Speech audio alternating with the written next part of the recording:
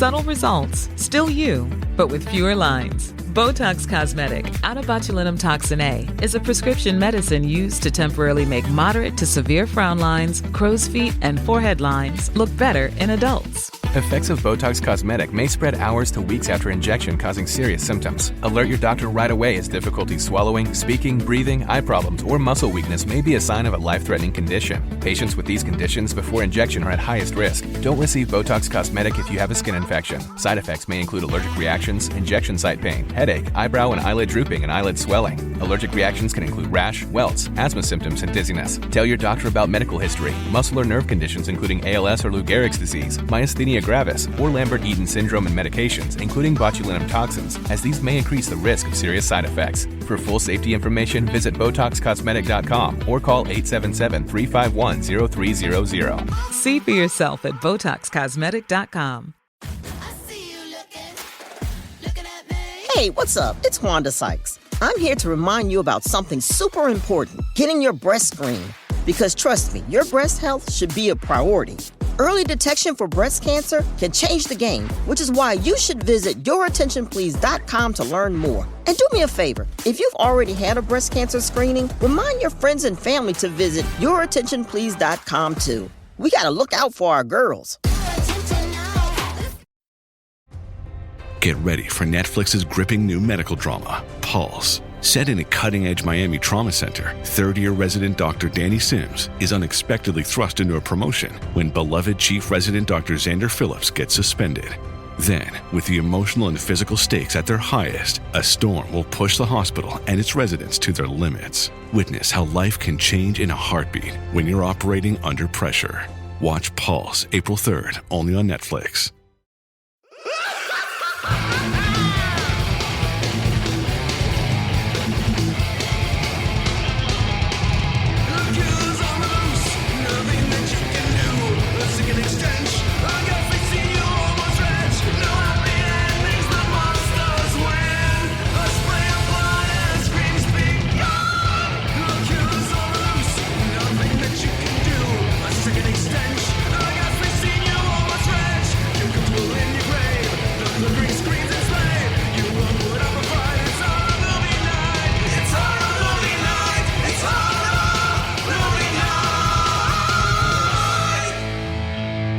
Everybody, we have finally made it to episode 500 of Horror Movie Night.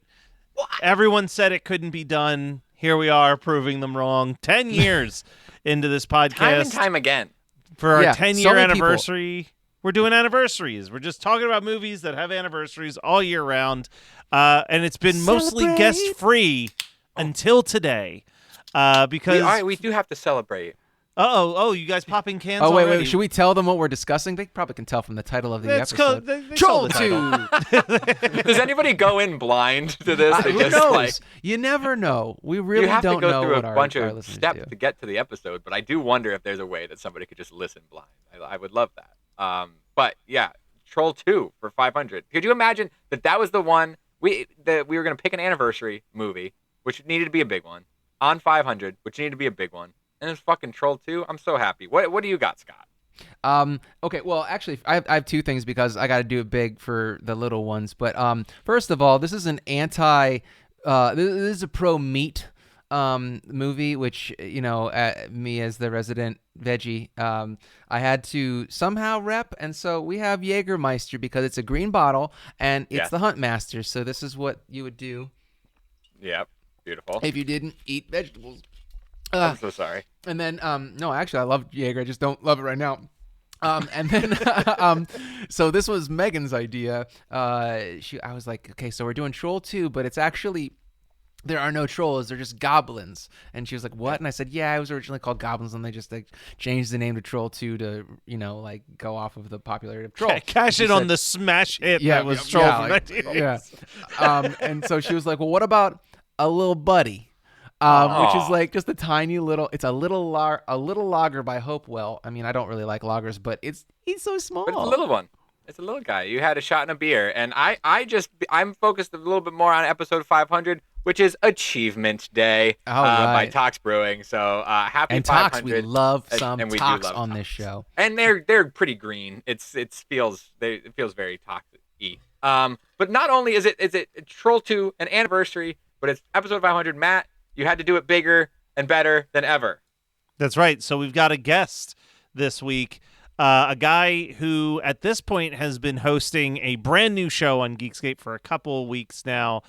He's been on the show before. He was the creator of my favorite podcast that's ever been on the Geekscape network. And he also does a great show about Adam Sandler. That is, of course, Robert Bacon. We love you, Mr. Bacon. Thank you guys so much for having me. It's an honor to be on. And you know what? I'll say I was wrong. I said from the beginning that this podcast was going nowhere. And I'm like, give them maybe 5. And then to come back with 500, I mean, I don't know if that spite is what fueled you. So maybe maybe the credit's all on me, actually, to begin with. Yeah, you're the reason we're not a 5-star review on. I'll never forget meeting Bacon in Boston, sitting with him and saying, "Hey, I've got this idea for a podcast where me and my friends talk about horror movies," and you said, "Sounds terrible, don't do it." And I said, "I'm going to show him." I mean, this is Scott. Scott's spite is against Bacon, but he was just confused by the whole situation. You know, it really is very confusing to be unstuck in time like this, where I'm actually this is like Slaughterhouse 500, where I kind of live in multiple timelines, and I've just met Bacon. I've known him for forever. He's been my nemesis the entire time, but he's still so funny that I just can't get rid of him. Oh, thank you. You know, that's what a lot of people say about me, and that's really nice. You're not the first. In all honesty, congratulations, guys. I mean, 500 episodes. Holy cow. So awesome. And what a fantastic choice for the 500th episode. I can't believe you guys haven't even hit this one yet. Yeah, well, so Bacon, here's the thing, and this is part of why we invited you on, is that we almost did this movie so many times. And every single time it kind of got to this what more can we add to the conversation that the internet has not already had about this movie for 20 something years? But we were like, look, let's do it for episode 500, but we're going to need some extra help on this one, because I would argue this is a little bit more of throwing overwhelming praise to Bacon. But I do think that Bacon is one of the more unique-minded people, in the sense of he just comes up with shit that I never would have considered. So I think you're the person who can help us get a fresh take on Troll 2, a movie that everybody, and I mean everybody, has agreed is a bad movie. Isn't that right, Bacon? It's obviously not a bad film. It's not a bad film at all. And I watched this film a long time ago when everybody said it was a bad film. 2010. Yeah. Is that when it? Yeah, well, that's when that Best Worst movie came out. Yeah, Best Worst movie came out in 2010. So. Yeah, so probably before that, 2009, 2008 or something, I watched, or whatever. And I'm like, oh, this movie's so bad, it's so horrible. But it was one of the stepping stones in getting me more into bad movies. I always liked watching bad movies, but that was oh man, I had such a great time watching that. I want to go into more. And now I have since watched so much more horrible garbage. Yeah. Horrible garbage. I mean, you're the king of Neil Breen to start with. Yes. Okay, well, that's one. Neil Breen is the best director of our time. That's a different story. Yeah, totally We're talking different about story. something completely different. Neil Breen is, honestly, I have watched every single Neil Breen movie, so What's I your haven't favorite? done that with any other director. Well, Fateful Findings. You're motherfucking right. Fateful Findings is the one. Fateful Findings by 1,000%. Yes. Fateful Findings. Yes. I have watched Fateful Findings no less than 20 times. What? I have not watched any other film more than 5 times. I Shawshank Redemption. I think I've seen that maybe 5 times. Forrest Gump probably 5 times. I have. Anytime somebody's like, "Hey, you're the guy who likes bad movies. What do you suggest for a bad movie?" I say Fateful Findings, yes. and I will watch it with you. Yeah. And I'm not one of those guys that quotes You know, I'm just there as a soundboard to also help the person, because a Neil Breen film is very deep and very difficult to understand. You got to watch it at least, I don't know. Well, you're like the 19 priest times to the lay get it. person of the Neil Breen thing. Yes. You have to guide them and hold their hand. You don't want to tell them what to do, but you need to. You're a spiritual guide for sure. That's what I meant. That's You don't just throw a Bible at somebody and say Jesus. No. You know? I am here. I say, now. let's watch my Bible, and I'll be right there to answer any questions you got. And it's one of my favorite films. How many? I mean, I'm sure you've converted quite a few with that approach. So I'm appreciative hope so. of that. I hope so. And if not, that's fine. You're gonna burn in hell. You know, my version of hell, which is watching It's Pat, which is also worse than this movie. So many words. Like, Pauly Shore's Dead is worse than this movie. At one point when I watched this film again, I was just writing down, because I was enjoying it so much. Cool Cat Saves the Kids, that's worse than this movie. That's bad. Like, this is a good film, and I'll tell you why. One, it's shot properly. Yeah, it's it shot is. on actual film. Yeah. It's shot on actual film. It has a film grain.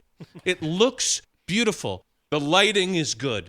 You know how many movies I watch where the lighting is just straight trash? And Neil Breen takes lighting to another level. Like, he puts... Well, he's got to be working with all those green blinds and screens. dark- He's got to nail it. So good. Well, that's his latest Well, one. and there's not a shot that's out of focus. You know, like a lot of these bad movies have a moment or two where they just utilize the out of focus thing because they just fucked up so badly, and there's not a one. Yeah. There's not a one in here. Adam Sandler's very first film, Going Overboard, which had like awful. a different running title. That film is so out of focus, and so, one, they left the camera lenses back at shore, so they only could shoot with like certain lenses. Oh my God. And they were too long for a small boat. So it looks like just trash, and the sound is bad. You know, that's a bad movie. Going Overboard, that's bad. This movie isn't bad. The acting is not that bad. The acting is stage acting. That's the only exactly problem. right. Yes. That's the only problem. These are they're doing it stage acting perfectly. They have the pauses in there. They're talking very clearly. They're talking to the back of the room, kind of like what I'm doing right now. They I'm just so excited. Not a bad podcaster. You're they a stage commit. podcaster. Yes. Yeah, I'm a stage podcaster.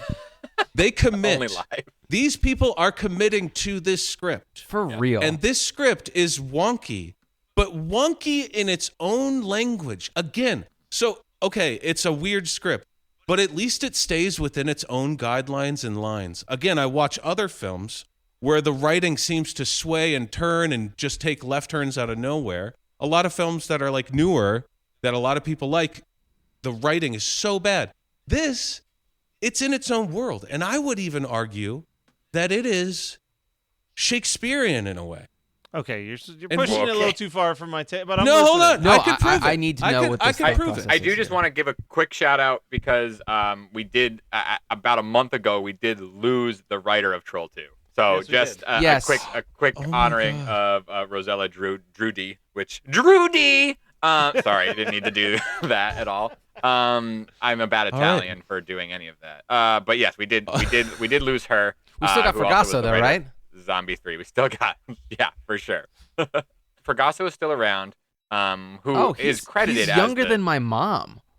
what? Yeah. I'm sorry. He was the story of Troll 2 was by Rosella, but the Yeah, no. I'm saying like it was directed by Fragasso, and I was like, I thought that he was old as shit, and he just looks like shit. No, he's just yeah. Wow, he's younger He's than my mom. gonna outlive all of us. So anyway, Bacon, I didn't want to interrupt you, but I just wanted to give some praise. Thank you. You've Now- just calmed me down. Now I really want you Now to get I back to am- explaining yourself on like Yeah. I'm with you on this journey of how this is a Mm-hmm. Shakespearean story. I really want to know. I'm not Matt. I'm not wrong. lost on it. I'm just curious. Okay. Yeah, Matt's when I, really wrong. I was on I have this, receipts. I was on this I have receipts. track until you said Shakespearean, and now I'm like, all right, Okay. all right, win me back. Well, we got a lot of Shakespeare gatekeepers here. All right. That was the one thing that I was like, no way this show goes far. Too much Shakespeare gatekeeping going on. King Kelly. All right. Now, I could just read this as two characters, or would somebody like to read one of the characters? I would love to read. Yeah. Scott. Okay. Well, no, I mean, would you like, or Kyle? Sorry, I was Kyle. gonna say, like, we can fight over it, or we can each do some. I say I love to read, and you're like, Scott, let's go. Yeah, read as me. Read as me. Yeah. Can you read the? I'll zoom in. Yeah. Can you read the bold parts? Yes. Oh my and God. this is going to. This is the famous bench press scene. Yep. This is the one part that I had the dialogue written in my notes too, because this is unbelievable. Okay. Bacon, did you write this, or did you just grab this from like a copy of the script? I googled Troll 2 script. Went on the top Google. It didn't even have the names, but I know it so well that I was able to just highlight in bold. I love this. This It's is real amazing. quick.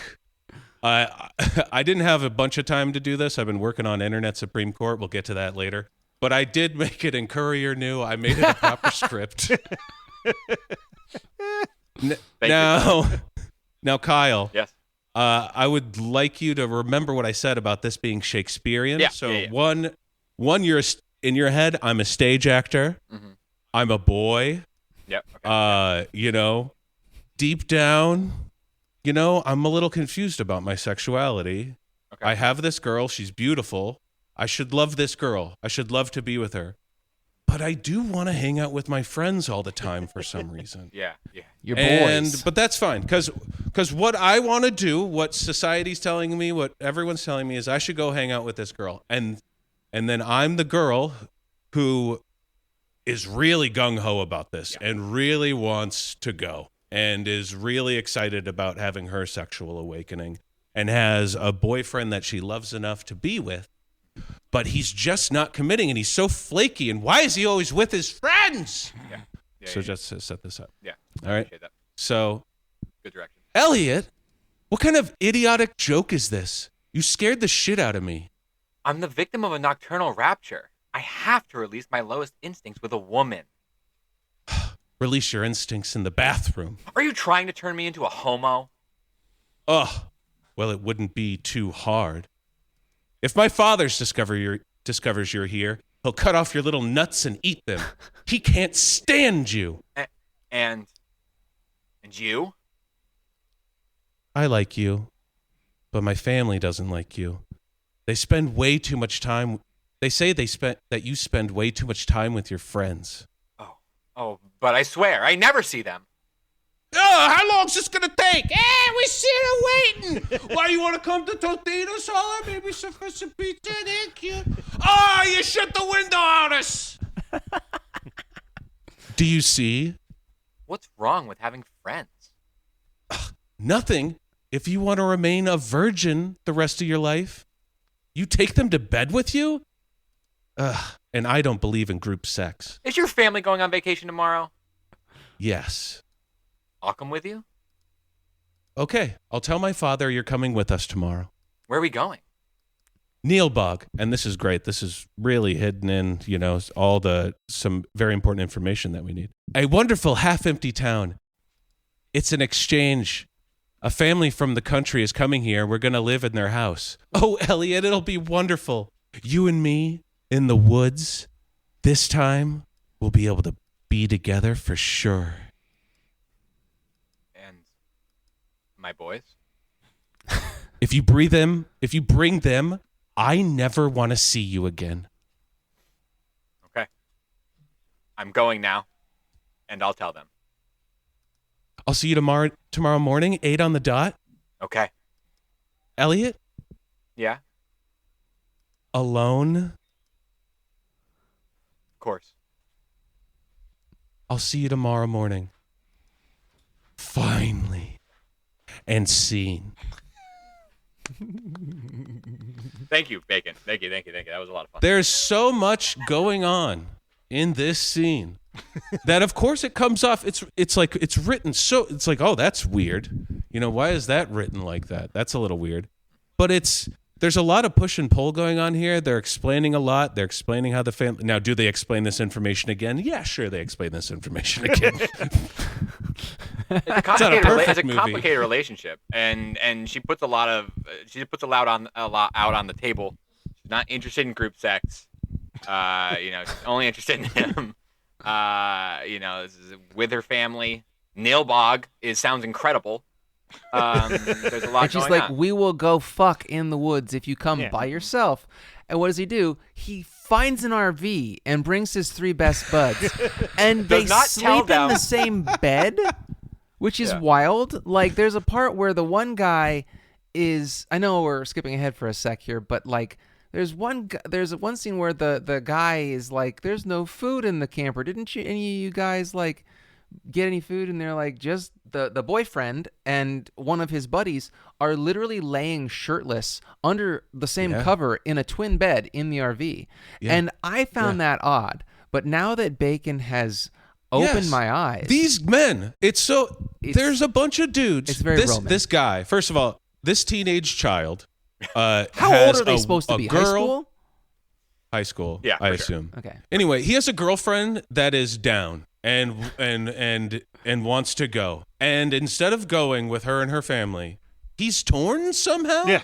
That says a lot about what's going on inside of him. He's He having will a not lot of conflicting things. communicate that Instead- he's not going to show up and that they're going to leave an hour and a half late. Yeah.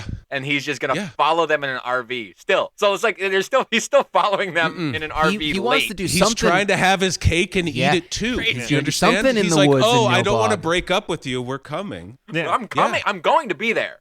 I'm going to be there. And I'm going to spend, I don't have a lot of money. I'm a high school kid, but we're going to rent an RV just for all 4 of us dudes to be together, okay? And then when we get there, I'm going to be the only one who has any kind of motivation to go meet women, but the other guys are cool just hanging out together. Yes. I mean, this is a, Nightmare on Elm Street 2 situation. Very I much love so. when they ask if there's going I'm to be going to throw girls. something else out there, though. Maybe he also just knew that ride with her family was going to be hellacious, and that he was going to be in this car as they awkwardly sing "Row, row, row" Doesn't matter. on your boat. Doesn't together. matter. Doesn't Bro, matter, Matt. listen. Do you remember being a teenage I was boy? about to say. You will go through anything. Anything. Anything. For a chance at sex. Yeah. A chance, a whisper of sex.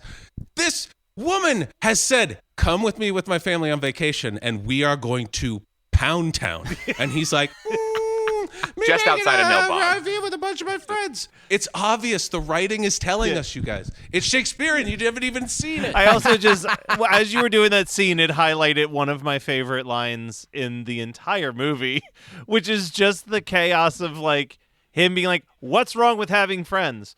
Which, like, the obvious answer is there's nothing wrong with having friends. Everybody should have friends. And she's like, friends are fine if you want to be a virgin forever. And Matt was like, oh no, this is exactly my problem. Because she's talking to- I can't choose. She's talking to him in his language. He says friends. What they both know is that they're more than friends. They're And bros. she says, oh, friends are fine if you want to be a virgin for the rest of your life. AKA, you're not going to have sex with me if you always want to be with your friends. You can't have both, dude. Maybe you're bisexual, but I'm not into that. I'm not into the group sex. I don't want that to be brought in. Yeah. It's all there. It's all there. It's quite a good. I mean, this is thesis worthy.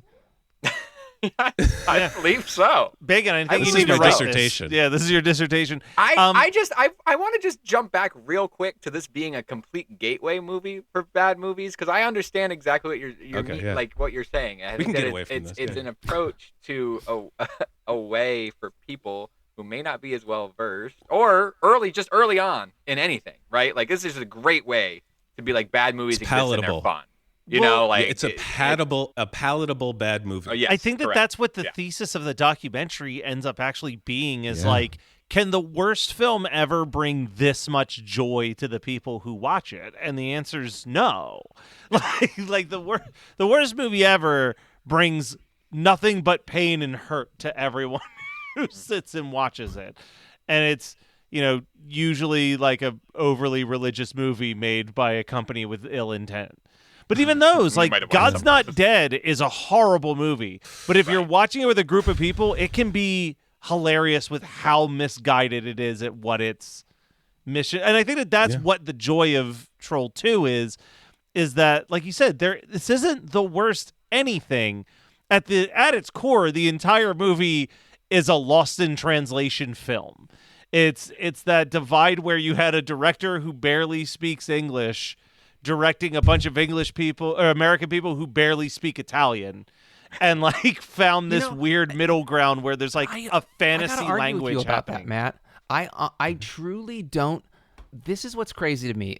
It was actually very odd to rewatch this movie yesterday for me because I've been so distanced from it for so long that like best worst movie was truly like the last time I really delved into anything. I know we've discussed Troll 2, we bring it up, it's like kind of the butt of a joke.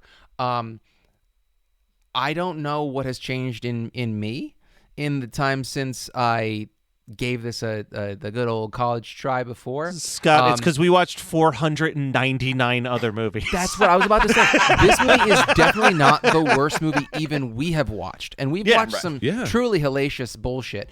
But I mean, like, there's always that charm. And what we talk about a lot is, like, if there's charm and if there's some love for the art in it, and it works. And this, what's so funny is that this was never feels phoned in.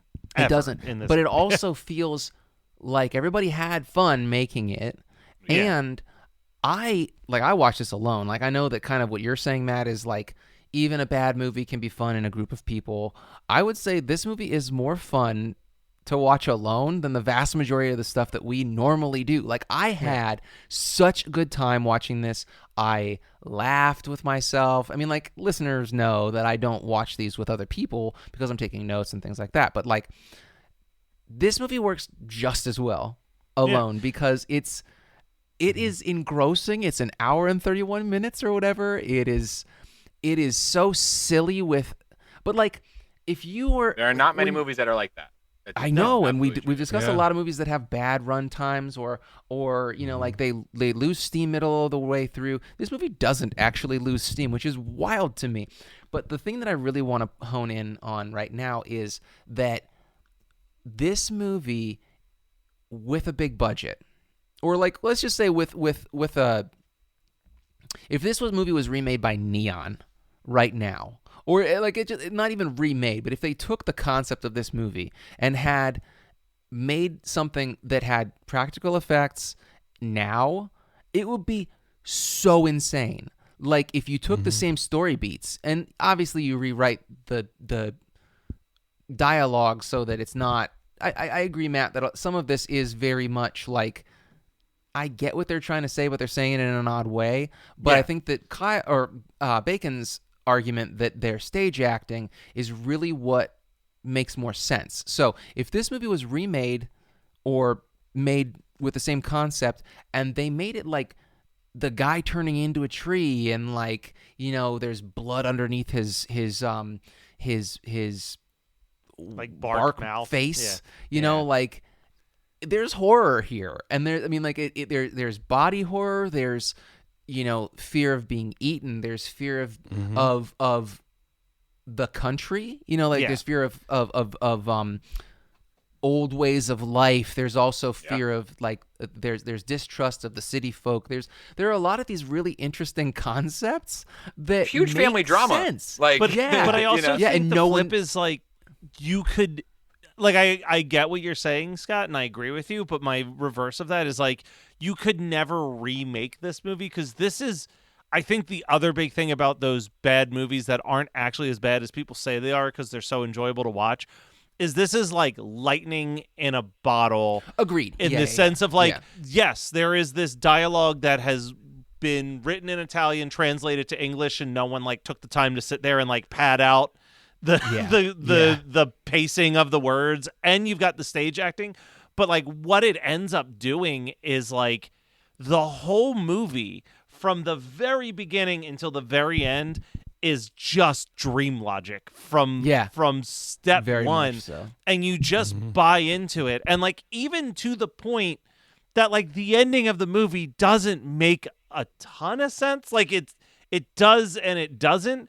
But when you're remember, we hinted at it. It in is that hinted scene, in the dialogue, in yes, the bench that press they're scene. doing the trade-off. It is foreshadowed. Hey, and I think that it's only mentioned like once, or twice. So they don't do a good job of like nailing it in. Also, you're in this drama, but yeah. Also, some like body horror. What were some of the other There's tropes? ghosts, monsters, cults, shape shifting. Ghost It has grandfathers. everything. Isolated town, like Cannibalism. Yeah.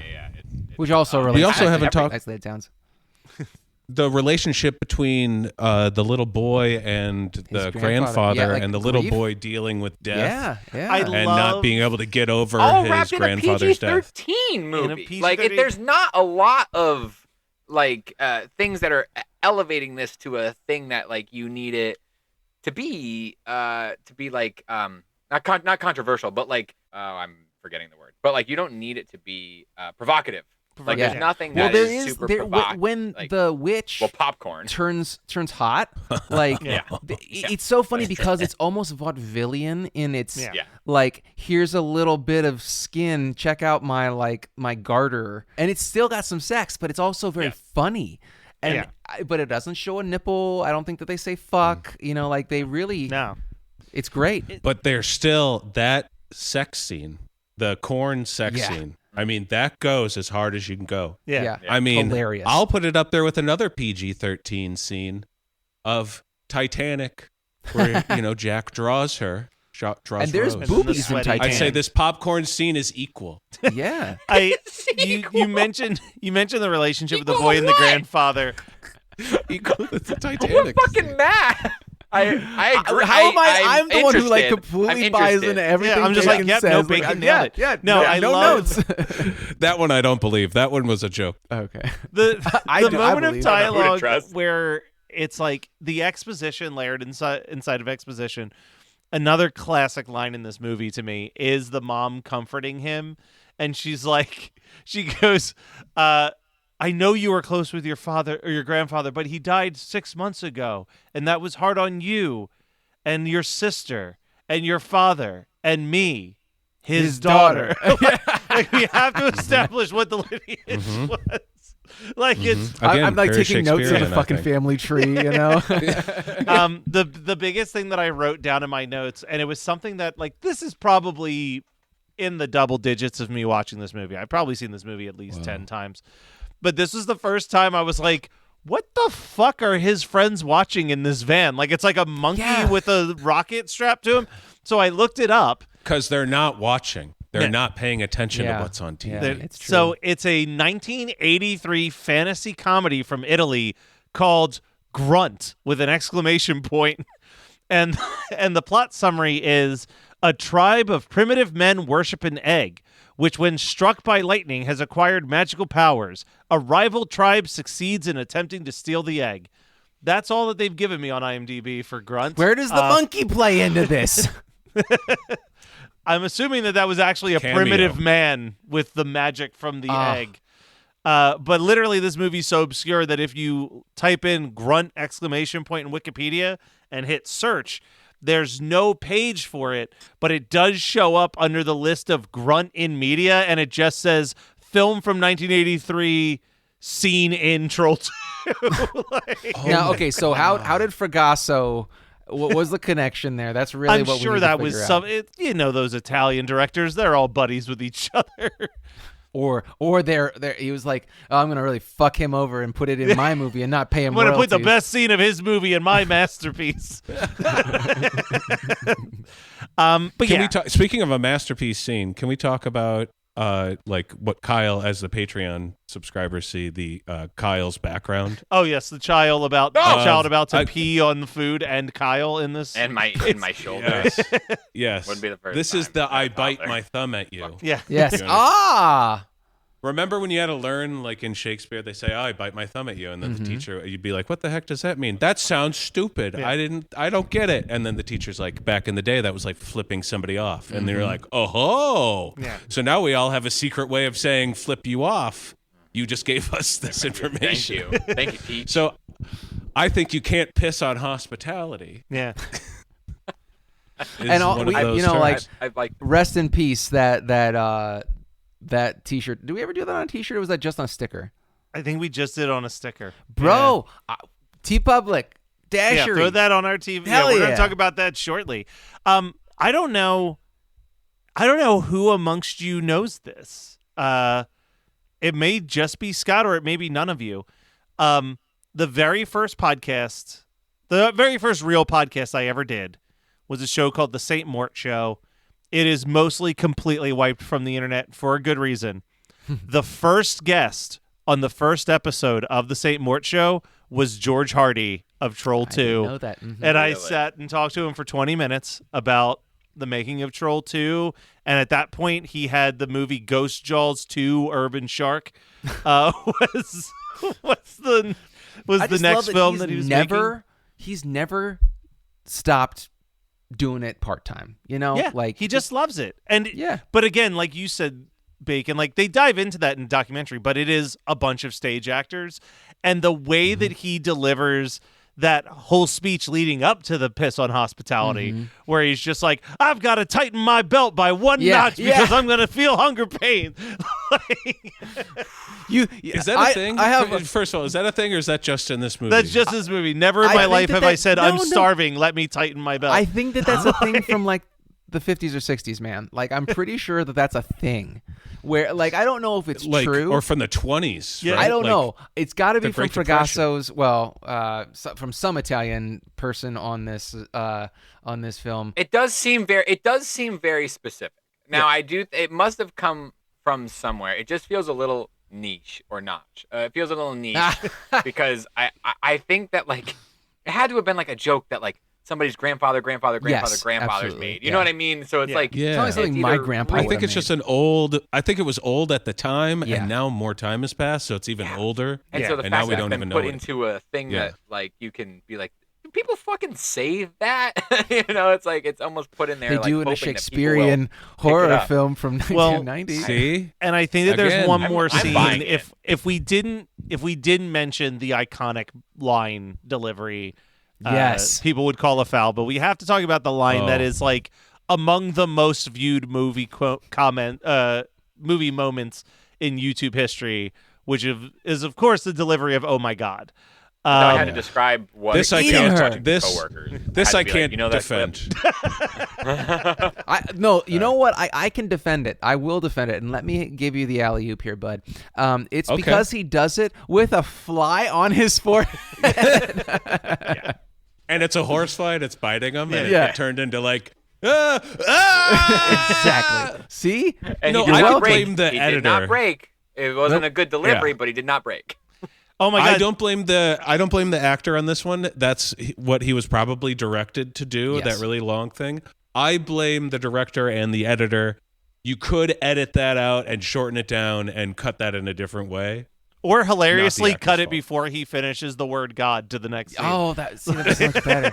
That would make. Oh my God! As a musician, cut to the next scene. Yeah, as a musician, I get it. It's what he was doing. He was making a long end to the song, and then he was going to let the producers Fade it out. Yeah, Scott. You know, speaking of like this, in every Tom Petty song, you know, it's just like, Joe, we're just going to start singing the chorus again.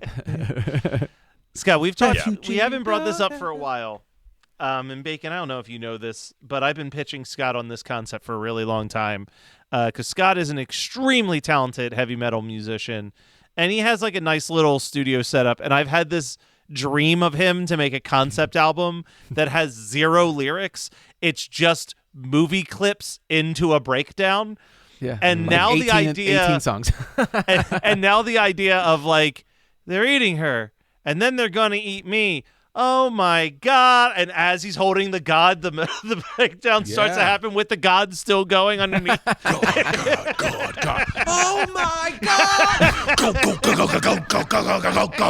Oh my God! Yeah, and like extend it so the God goes for like a minute, like, oh great my demo. God. Good demo. Not like anybody's going to listen to this anyway, but like just make it the most obnoxious thing possible. Yes. Dude, That's so fucking funny.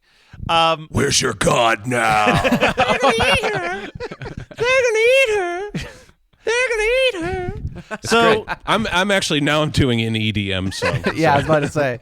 Well, it could be Whatever. That's what the kids like. I can do some metal and some EDM at the same time. All right, do something. Faraday presenta Ojos con Alergia y Picazón contra el jardinero. Y el ganador es Faraday Extra Fuerte. Para aliviar la picazón de los ojos por alergia, actúa más rápido y supera a Claritin y Flonase aún a las 24 horas. Faraday, adelante. Can you feel it in the air? That sudden shift of mood? It's the perfect time to shed the winter blues and experience the revitalizing qualities of driving a Lincoln. It starts with the Lincoln Spring Sales Event. So step outside and visit your local Lincoln retailer or Lincoln.com for some seriously mood-enhancing offers on current and past Lincoln models. Your transformation awaits. Learn more at Lincoln.com. Experience a progressive lens engineered with AI from Essilor, powered by individual measurements of your visual behavior. A lens personalized to you by an Essilor expert. Discover Verilux XR Track and enjoy instantly sharp vision in motion and seamless transitions from near to far. Find your local Essilor expert today at Essilor.com. Are you troubled by trying to find a great movie podcast to listen to? Do you experience a love for monster movies from the classic Universal era to the modern creature features? Have you or your family ever watched episodes of Elvira, Monster Vision, or Svengoolie? If the answer is yes, then don't wait another minute. Open up your podcatcher and search for the professionals. The Monster Rally Podcast. Our hilarious and asinine hosts have an ever-growing library of episodes for you to listen to 24 hours a day to serve all your monster movie needs. We'll talk about it. Bacon, if you were inviting people over to watch Troll 2, we've officially made it to our segment double feature, and you're the guest, so you get to go first on this one. What would you double feature that night after you finish Troll 2, or before you put on Troll 2? Your call, really. Yeah, well, first of all, everyone would be pretty upset because they think that we were supposed to be watching it, but when they arrived, I have just printed off all the scripts, and everyone has been assigned lines, and we just do a table read. I love it. And that would be so much fun to do a table read for of you. this. I would actually throw this out into the universe. The last musical I directed was called Rookie of the Year, the musical. What? And yeah, I love that one. I played Gary Busey, the Rocket. That makes sense. And I would 100%, if you're looking for a director and you live in Chicago, direct Troll 2 the musical. So I looked this up because I was curious. Is it already done? There is. Damn it! It's called Nilbog, the unofficial Troll 2 musical. Dude, you could just do Goblins the musical because... No, they've already done it. Probably better. That's according to Hollywood Fringe Festival. Who wrote the Rookie of the Year play? Was that you? I did. Yeah. Wow. I love Rookie of the Year. So I watched that and I rewrote it as a play. It's a one act. So cut out the whole beginning.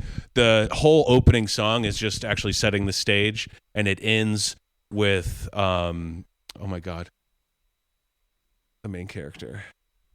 It's okay. Can't remember. We know it doesn't the kid matter. That Main character slipping on the ball and falling on his shoulder, and then the first scene is funky butt loving when his arms. Oh my God! You know, so Matt, I found the Instagram for this. Okay. Oh, listen. There you go. Listen. So Bacon, Matt shared with us his Big Wolf on Campus musical that he did in high school. In Patreon, we have to have you come back and share your Rookie of the Year musical with us on Patreon. Yeah. Oh my God. I think there's footage. It's not good. It's a camera in the back of the room. It's even even better. Fuck yeah, we're doing it. If you got some script, hey man, I thought we had some good chemistry. I would love to do another scene with you, Bacon. Yeah. I thought you did a fantastic job. Yeah. So wait, Bacon, is your answer that you're going to make them read Troll 2 and then do Rookie of the Year? Yeah, sorry. We've really gone off the fucking rails. I'm so sorry. This is what they're here for, man. Also, yeah. There's you got a couple movies to choose from, and maybe I just say my first one, and then everybody we can throw in next. Then we can come back. Yeah, we can come back for seconds after everyone goes. Yeah, we come back after everyone has a play. Also, love that there's the corn scene is happening right now. Yeah, in the corn background. is happening right behind you. So everyone put your so boners away. That's why we wore soft pants. Yeah, see. Just this moment. Wow. All right. What I would say, so then I'm just going to go with the most obvious one and save my other one for later. I think you watch this and then you watch best worst movie if you've never seen it. Yep. I think you watch this movie, then you're like, oh man, I want to see where these people are. I want to find out like an update on them, and you watch that and you get even more. It is really good. Yeah, it's a and very then you watch good Troll 2 a second time, so it's a triple to feature, appreciate but it even Troll more. 2. Now you've learned again. Yes. Yeah. How about you, Scott? Yeah. I'm going to go last because I have like 3 different options here. Feels so bad for taking this because I feel like Kyle might be mad at me, but Death by Corn, gotta be going with Sleepwalkers, my man. Wow. Yeah, corn on the cob in the back. That's a good combination. Also, a there. really stupid movie with no like true logic, but could be such a good time together. Weirdly, and they works used in that and dream they used logic a kinda way. real they used real cameras. So Yeah. No, How I'm gonna go with another sequel that has a lot of charm and has a lot of everything's a wrong choice, but God bless them. It comes from a good place. That's Mutilator 2. Oh, God is bless what it. I'm gonna go with. I and I think that it might is. have to go out to take a Yeah, pee for Scott's an hour and gonna a half. slip out for an hour and a half, but I think I texted Bacon Long pee, when we long watched pee. that and was like, "I've just seen your new favorite movie." I know I texted Jonathan. I love Mutilator 2. I did have another one, but I think if we're gonna, I want to stay on the horror front, and I'm gonna go. Well, you guys can roundtable it because Yeah, you got a couple. I think Else. we're gonna- Well, you each have a couple more. Yeah, because I was torn Yeah, I between got 2 two more. movies. I feel like this for a very long time has sat on the top of the list of like best worst movies. Like the ones that you just like watch with a group of friends, you're all quoting it, you're all loving it. I think that there's a movie that we've done that is starting to make its way up there for people, and I'll say that on the second round what that movie is. What I want to do is highlight another movie that we've talked about on this podcast that still isn't quite there and deserves to be, and that is, of course, The Invisible Maniac. Yes. Like Wow, that yes. movie should be admired and loved on the same level as Troll 2. Also, death by a very conical food. Oh yeah, Death by Hoagie. Is Bacon, top have you ever tier. seen Invisible Maniac? No. Oh No. boy, it's You're in for a treat. Bacon. I don't let think me, anyone's seen The Invisible Maniac. So I in the actually name. here's the thing. I actually God damn it. Yes. Yeah, I was about to say, are you So not Bacon, getting the do you joke? want to go in I mean I'll say my other one very quickly was going to be Okay. Tammy and the T-Rex. I think that movie's really starting to Oh, get I've seen that. its love that it's deserved all these years. So I wanted to lift up something even more obscure. Bacon, how about some of the other seconds that you had on your plate? Oh, easy. I would watch Grunt with an exclamation point. The movie that they're watching in Troll 2. So you watch Troll 2, and then you watch in their world what they watch as media, where you're trying to not have sex with one of your best friends. Yeah. And then I would also say I'm a poser on this one. I haven't seen this movie. I've only seen clips. It's been on my bad movie watch list, but I just think that it goes really well with Troll 2. I think watching Chud 2, Bud the Chud would It's be not a that good bad. double It's honestly double feature. not that I don't know bad. why I thought you were So about to there say you go. Mannequin 2, but that also weird. Also Dude, throwing Mannequin Mannequin 2, 2 on that'd be there. fun. Actually, I saw Mannequin's weird. Mannequin Mannequin 2 is is a weirder. rough one, but Mannequin 2 is a way more like off the wall, and I think it's more entertaining. I mean, And I it's believe also been like 15 nothing's. years. I think since I've nothing's watched going to stop us now. Is in Mannequin 2 by Starship. All right, Kyle, you said you had one more that you wanted to throw out there too. Yeah, I Dancing, It's On is just another fantastically horrible movie, and it's a dance romance film, but it's just which It's we a watch a lot of romance. bad horror, And there's a so you dance put- scene in this movie, so and there's a dance scene in fits. this movie, and you watch a lot of bad horror that makes some bad choices, but this one is but this one is also done prominently. There's a huge dance scene a la like Breakin' 2 that has hundreds of people in the streets, and like these things happen. People can make these things happen and not technically make them so bad, but conceptually are pretty horrible. So Dancing, It's On is up there for me. That'd be a fun one with Troll 2. Well, speaking of things that don't make sense but happen regardless, tomorrow we're going to be at Creature Feature Weekend. So come out if you're in Gettysburg. Come say hi. It's mostly going to be Scott and Kyle there, but I'll be there Friday hanging out. I think we may or may not have a live event at that show, so stay tuned for that. And Scott, you made a reference. Smooth transitions like that one that have made this podcast last 500 episodes. Thank you. That's what I'm here for. Scott, you mentioned it earlier, but we've made some changes to our TeePublic, so it's a little bit easier for people to find and purchase. From us. So you can go to hmnpodcast.tpublic.com or hmnpodcast.dashery.com. They are sister websites. I'm not entirely sure what the math behind them are. We're going to have basically the same designs on both, but the Dashery website is where we're going to try and push people because that's specifically ours. It sits outside of TeePublic, which is more of like an Etsy of like on-demand printing. And also the Dashery website is at least $1 or $2 cheaper per shirt every time you order, and you support us. You can buy a shirt like this, Sulfur, I don't even know her, or Matt's Horror Movie Night shirt designed by our beautiful and lovely listener, Corwin Bermudez. And Bacon, welcome to the show. At this point, it's been a month now of Internet Supreme Court. It's been beloved, as we know. Everyone's talking about it right now. You probably heard. You've probably seen my manifesto by now. Yeah, but tell some people here who may not know Supreme Court. what is Internet Supreme Court. Internet Supreme Court is a weekly live streaming show where we judge the cultural zeitgeist, memes, news, just kind of like what's going on the internet, but not diving too deep into it, of like what's in the undercurrent of the gross part of the internet. Nice kiddie pool of internet. The kiddie pool side. And here's some examples that you might have already seen, but I have cases for on the show. I am a Chief Justice, Bacon. Matt Kelly is the dishonorable Judge Kelly. Or Matt. Did you dishonorable Judge Matt? I'm Kelly. I think I went with Kelly. Kelly? Okay, good. I like that. So here's some things that I cover. On our first episode, I go over the history of the Gulf of Mexico. So I take down the whole Gulf of America bullshit. I have a file here called Ignore Not Corruption. So I'm going to skip over that.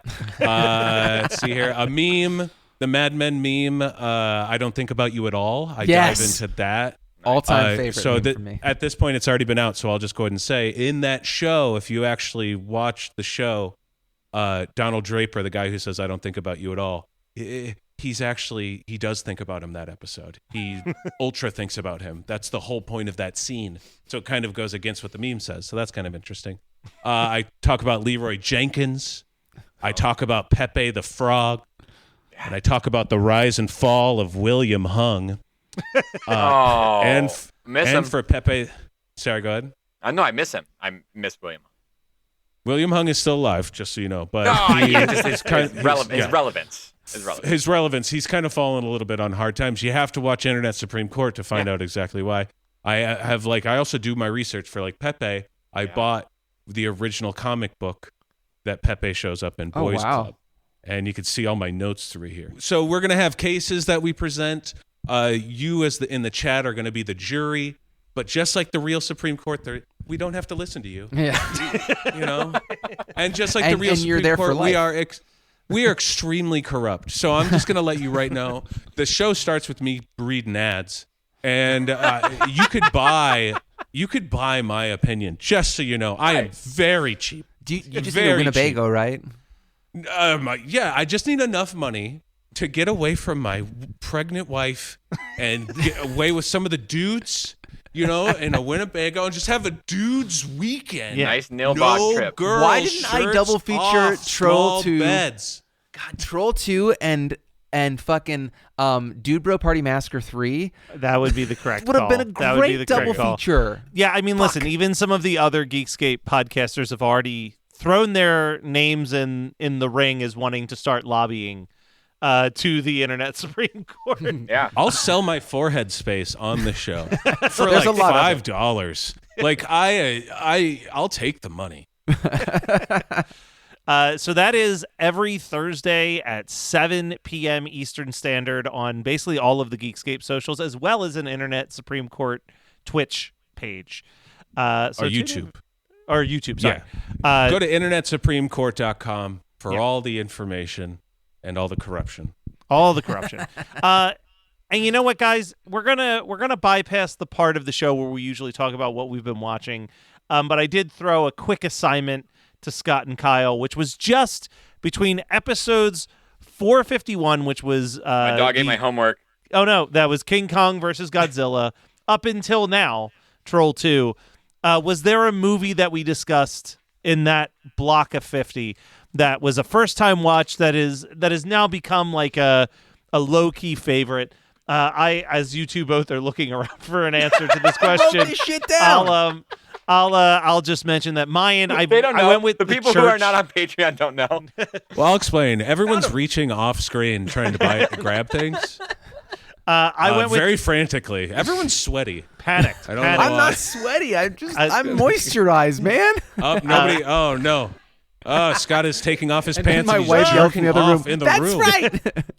Oh my God. I went with The Church. I thought The Church was a lot of Church fun. is on my list too. Outrageous. Yes. And then I wrote down as a part 2, because I feel like I did watch this prior to the show, but I certainly didn't pay enough attention because I had way more fun when we watched it now, was The Gate 2.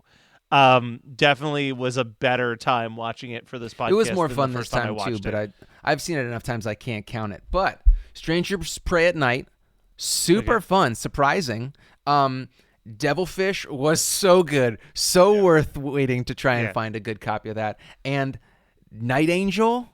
Now I feel bad because I picked The Church and Devilfish, and I told Eli to write in with Night Angel. But I got to give a big old shout out to Kyle because the Mangler was so much fun. Yeah, Mangler was a good time. I had seen that a couple times though, so I couldn't count that one.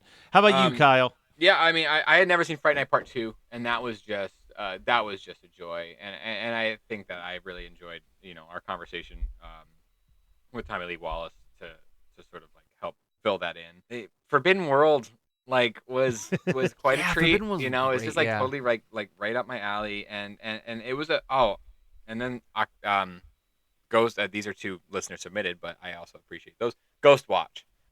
Which I had never seen. It was one of those things. And it's also one of those, but that was also one that there was a lot of reputation built into it. You know what I mean? And sometimes when we pick up those movies, if we do on this show, and I don't know them, sometimes that reputation falls flat. It's just what it is. And then I really do love Urban Legends Final Cut. That was a first timer for me. And I love a sequel. I love a sequel that goes sort of ape shit, and Urban Legends Final Cut really does. Those are some of my favorites. But we've had a really good sort of. It was a good 50 episodes. Can't say a year because we have now, since we've gone a decade doing this, and there are 50 episodes at a time before when we hit these milestones, and obviously 52 episodes a year. We are now months ahead of our actual 10-year anniversary. Yeah, our 10-year is on July 5th. Yeah, and listen, Matt, Kyle, everybody, you're getting the scoop. I'm not telling you exactly what I'm going to do, but I'm doing something musical for our actual 10-year anniversary. I'm excited. And I think the listeners are going to be happy. I can't wait. They've asked for this, and they're going to get it. Yeah! Guys, it has been a great 500 episodes. Bacon, thank you so much for joining us on this very important episode. And we'll be back next week with just more of the same old shit, but it'll be episode 501.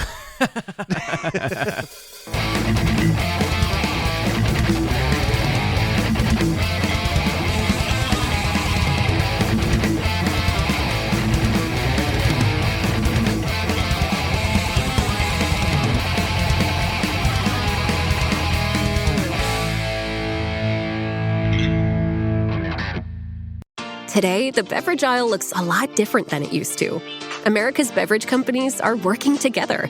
We're delivering the options everyone wants. In fact, nearly 60% of beverages Americans buy have zero sugar.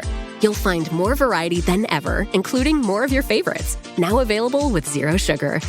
You'll also find more sizes and clear calorie information on the front of every can, bottle, and pack. We know when it comes to finding balance, the more choices, the better. You're listening to the Geekscape Network.